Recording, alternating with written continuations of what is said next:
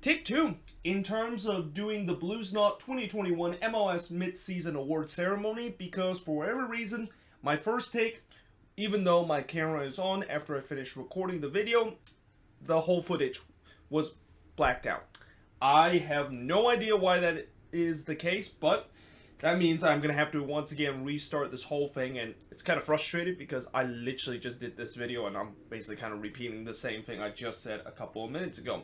But that being said, as I mentioned, we're going to do a mid-season award ceremony because, as it is the case when we get to the halfway point of the MLS season, we do an award ceremony, look at the players that are the MVP as we're heading in the halfway point of the season. Who is the Chad Marshall Defender of the Year, the Nick Raimondo Goalkeeper of the Year, the David Beckham Newcomer of the Year, the Alphonso Davies Young Player of the Year, the Chris Wondolowski Golden Boot, the Jordan Morris Comeback Player of the Year, and last but not least, the Ziggy Schmidt Coach of the Year. And also, just for reference, only two of these awards are actually official named. The other awards, there I just kind of come up with players that I feel like they definitely in the future deserve to be recognized in terms of the award. So, for example, Chad Marshall, considered one of the best defender in MLS, and there's already talk that there could be a case in the future that this Defender of the Year award could name after Chad Marshall. And the same case goes with Nick Raimondo, who is considered one, if not the best goalkeeper in the league, and he's already owns the record for the most appearance out of anybody in MLS history. So we start off with the Landon Donovan MVP award, and also I decided also write the runner-up and third place finish, because usually with the MVP award that was awarded at the end of the year, they usually have the three finalists, so I kind of decided to do something similar to that. But for your MVP, it is going to be Carlos Hill. Actually, Carlos Hill, not Carlos Hill. Runner-up is going to be Chicharito. And the third place is going to be Raul Ruidiaz. Now, if Chicharito was not injured for these last couple of weeks, there would have been a very tough decision of whether should I go with Carlos Hill or go with Chicharito, because both of them are definitely having some MVP level of a first half of the season. But obviously it made it a little bit easier with the way that Chicharito, of course, went down with an injury, and obviously that's never great to see, and certainly if you're a Galaxy fan, that's kind of frustrated to see. But this also kind of make it a little bit easier to who is really the true MVP of the first half of this season, and it's under none other than Carlos Hill. I mean, he is on verge of potentially breaking a record that we didn't think that it could potentially be break again, which is the most assists in a single season in MLS. I believe it was set all the way back to 2003 when Carlos Valderrama had 26 assists in a season, and albeit he kind of did it in less of a time of just 32 games. When you look at the assist and game ratio, Carlos Hill still has a higher assist and game ratio than what Carlos Valderrama set that record all the way back in the early 2000s. And again, if he keeps at the pace that he is, which is recording 15 assists in 17 games, you could hit 30 assists. I mean, that would be something that would be unthinkable a couple of years ago. But we also kind of said the same thing about the most goals in a single season, and we thought 30 plus was impossible, and it was broken in a couple of years ago from Joseph Martinez, and then the following year it was broken again by Carlos Vela with 34 goals. So yeah, anytime when you decide to set a record that it seems impossible to break, and we didn't think that it would ever be broken, you're definitely going to have some MVP award kind of recognition. So yeah, that's why I put Carlos Hill there. And the other thing I would also say Carlos Hill deserved to be the MVP is that he's literally the heart and soul of this New England team. Like, pretty much everything revolved on the Revs attack comes from Carlos Hill, and you can clearly see how important he is with him on the pitch and without him on the pitch. And I really think if this Revs team did not have the likes of Carlos Hill pulling the string going forward on the attack, they would not be as lethal as they have shown so far this season on the attacking end.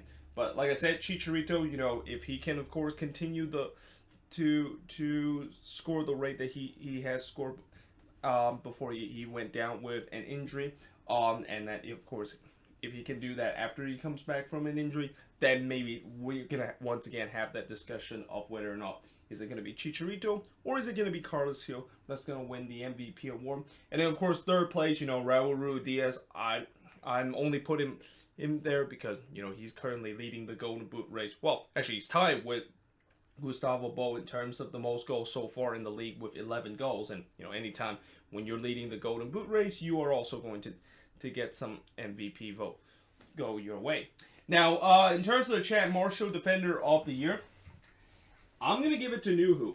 Now, you could argue that you could put the entire Sounders back line and you can put every one of them in Defender of the Year award. I mean, you could have gone with Nuhu, you could have gone with Yamar, you could have gone with Brad Smith, or you could have gone with Arriaga as a Defender of the Year award. And, that just kind of shows you how solid that Sounders back line is. But at the end of the day, I decided to give it to Nuhu because, I know Nuhu has been on the IR list for these past couple of weeks, but you can clearly see how much Nuhu really means to this back line when he was actually in this back line for the Sounders team. They looked like they were untouchable in the defensive end. Like they didn't go not conceding a goal in open play for so long for no reason, and he was really at the center of that. And it's also unsurprising that when he ends up on the IR, you can see the Sounders defense started to show some crack and are not as stingy as we saw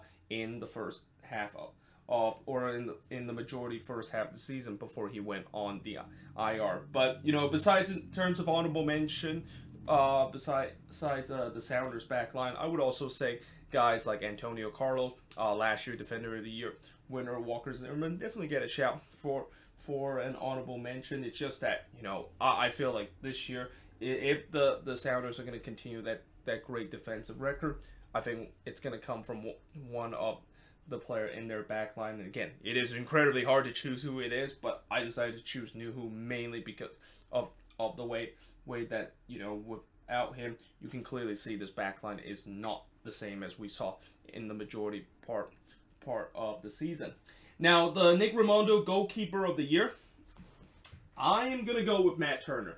Now, I said before that I was thinking about giving it to Brad Stuver, and I even said that I think he is definitely in contention of it. Some people would argue that Brad Stuver should get it, but I decided to give it to Matt Turner, mainly because, with a lot of these awards, I've started to see a trend where a lot of these players that gets the award are usually on teams that is very good.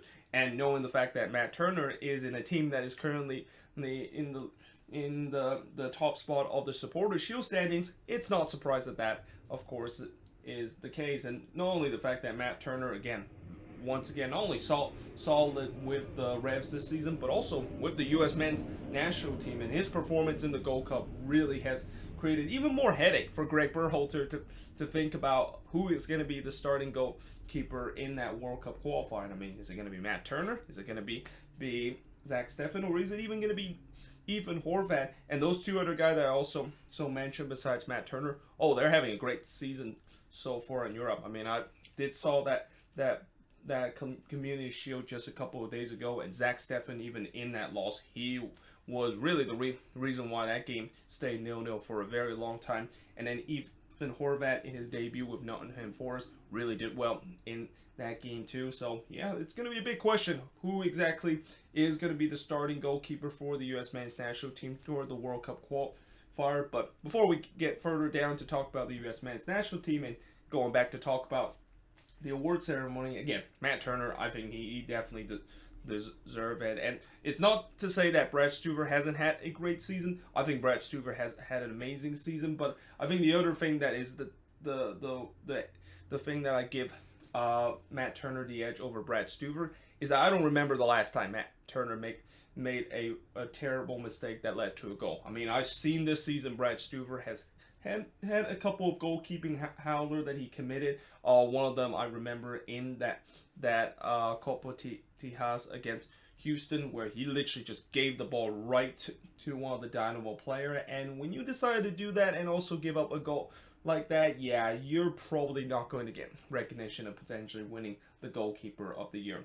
Now, in terms of Newcomer of the Year, I am going to give it to Jonathan Bond.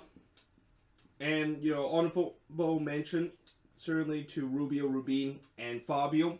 But, again, I'm going to give it to Jonathan Bond because this is a guy that I think coming into this season, I even said that, this kind of looked like it was a really strange signing, and especially for a guy that hasn't played a lot of minutes, this was a really big gamble that the Galaxy are trying to use to hope to fix their goalkeeping issue. Well, not only that gamble has paid off, he is definitely also, I think, in an honorable mention of potentially winning goalkeeper of the year. Oh, by the way, in terms of the goalkeeper of the year, besides Brad Stuver, there's also tons of goalkeeper you could name that could deserve goalkeeper of the year. Guys like Joe Willis, Pedro Gallese, Jonathan Bond, as I mentioned, all honorable mention to potentially goalkeeper of the year. But, for newcomer of the year, I'm just going to say it's Jonathan Bond because of the way that, nobody expected that this was the guy that has made a great impact to this Galaxy team. And, especially in the early part of the season, while the Galaxy backline was still not at its best, he really bailed out that backline multiple time. And, if he can continue to do that, there's no doubt that I think he deserved to win newcomer of the year. But that's not saying that other guys, like I mentioned in the honorable mention, like Rubio, Rubin, and Fabio, don't deserve it. I think Jonathan Bond just had more impact to their team, or just a little bit more impact to the team compared to the two other players. Now, for the Alphonso Davies Young Player of the Year, I'm going to go with Ricardo Pepi. Now, it could have been a discussion between Ricardo Pepi and Gianluca Busio, but since Busio have now sold to Europe and now is with Valencia, that does make the decision a little bit more easier because Busio is no longer eligible for this award, and really the guy that has really been potentially be the next big player that could make the jump to Europe, and the next big American to potentially make the jump to Europe is Ricardo Pepi. I mean, these last couple of games, and really in these last 2 months, he has been really the lone positive for FC Dallas, and in some way that kind of really carry in terms of the way Dallas has been in these last couple of weeks, where in the beginning of the season and heading into June, it looked like Dallas was doom and gloom, and they were pretty much in see you next season mode. But because of the fact that Pepi really started to score goals, not only in a couple of games, but pretty much score almost every single game, has really propelled this FC Dallas team to be a team that is back in the playoff conversation. And also because of the fact that you see a player from FC Dallas started to have an impact, there's going to be a lot of European team that is interested, and I won't be surprised there's going to be a lot of European team already asking for FC Dallas how much they're going to have to pay in order to get Ricardo Pepi. I'm not quite sure it's going to be done in terms of the summer transfer window. Most likely this deal could be done either in the winter transfer window or maybe heading into the next summer transfer window. But yeah, there's no doubt that Ricardo Pepi, he is a guy that if he can continue the form that he's been in, he's going to be the next big American that is going to make the jump to Europe. And I'm also hoping for Dallas' sake, let's hope they actually ask a lot of money for it, because Dallas has been notorious in terms of not actually selling their youngster for the amount that they should. So yeah, let's just hope that of course is the case this time, because if Pepi can continue to do what he's doing right now, he's going to at least worth $9 to $10 million. Now, in terms of the Chris Wondolowski Golden Boots, I am going to go with, well, actually, I'm not going to go with, because this one is actually pretty straightforward. It's going to be Raul Ruidiaz and Gustavo Bo, because, again, this one is straightforward because it is usually not usually, but award to the guy that scored the most goal in the leagues in that season. And so far, Raul Ruidiaz and Gustavo Bo both leads the league with 11 goals. And if the season ends today, both of them will share the prize of the Chris Wondolowski Golden Boot Award. Now, the Jordan Morris Comeback Player of the Year, it's going to be Chicharito. This is a pretty simple one. I mean, it's obvious that Chicharito is going to win this one with the way that he came back from last year, where it turns out it looked like he was going to be a huge bust for the Galaxy, and then turns out this season he has completely gone back to the prime Chicharito form from a couple of years ago.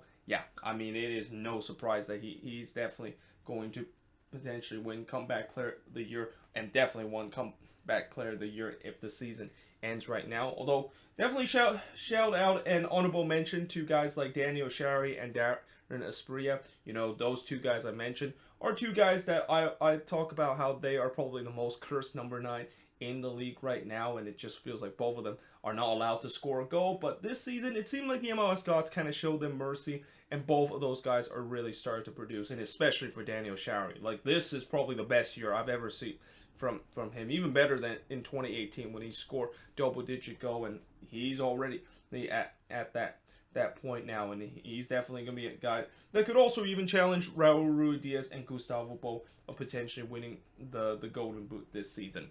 But finally, in terms of the Ziggy Schmidt Coach of the Year, I'm going to go with a bit of a surprise one and say it's going to be Hernan Losada. Now, this is another one where there's a lot of coaches that deserve this award, but at the end of the day, I'm going to go with Hernan Losada mainly because he's kind of, what he has done with DC kind of reminds me a lot of what Oscar Pereira done with Orlando City. Where remember when Oscar Pereira went to Orlando City was literally one of the worst team in the East and are basically kind of basement dweller for the first couple of years. Well, with him, just immediately formed that team to be one of the most exciting team in the league and use his tactics to do so. It's unsurprising that Orlando City did so well last season and continue to do very well this year too. And this is kind of the same case with Hernan Losada, where yes, in the beginning it was rough, and you know I kind of expected with the way that you're not going to have a head coach that basically decided to implement his tactics and philosophy into the team, and it's immediately going to be an impact. But at least in these last couple of games, you are definitely starting to show what DC fans call the Losada ball really started to take into effect. And what's even more surprising is the fact that when you look at the injury list that DC had, it is still relatively long, and they are actually missing a lot of their star attacking core of this team, and yet they're still scoring four plus goals almost every single game and playing some of the most entertaining soccer you can imagine. And it's hard to believe this was a year ago. This was considered to be not only a team that is a basement dweller in the East, but probably the most boring team to watch in the league, and how Losada has really transferred this team to be a team that is so entertaining to watch and able to score a ton of goals has to satisfy a lot of DC fans. And also, it's unsurprising the fact that they have really risen up the Eastern Conference and have already got up to round 6 in the East, and only 2 points from potentially reaching second in the Eastern Conference. So yeah, you know, and even though I know it might sound like a little bit of a surprise, I'm gonna go with Hernan Losada as the coach of the year. But definitely a lot of good honorable mention like Brian Schmetzer, Gary Smith, Oscar Pereira, and also Bruce Arena in terms of coach of the year. And I have a feeling most likely at the end of the year, you know, unless if Hernan Losada really get this DC team to be not only a playoff team, but actually be a team that can go deep into the playoffs, it's probably going to be won by a head coach that either has won a trophy or potentially winning MLS Cup, because that's always seems to be the case. And this is also why last year when Jim Curtin won it, you know, I wasn't kind of surprised, even though I was kind of disappointed that Oscar Pereira didn't win it, because I feel like Oscar Pereira should have won the award with the way that how he just completely transformed this Orlando City team from being a basement dweller to a team that can compete in the playoffs just overnight. And it just feels like this could be the same case, where maybe if DC does not go deep into the playoff, Losada probably is not going to win it, and it's probably going to be someone like Bruce Arena or even Brian Schmetzer who wins a trophy, and they're going to name Coach of the Year. But there you have it. That is pretty much it for the MLS Midseason Awards ceremony. Let me know in the comments below, what do you think of this video? And as always, if there is some name I didn't mention that deserve to win one of these awards, let me know in the comments below. And yeah, hope you guys enjoyed this video, and I will see you guys next time.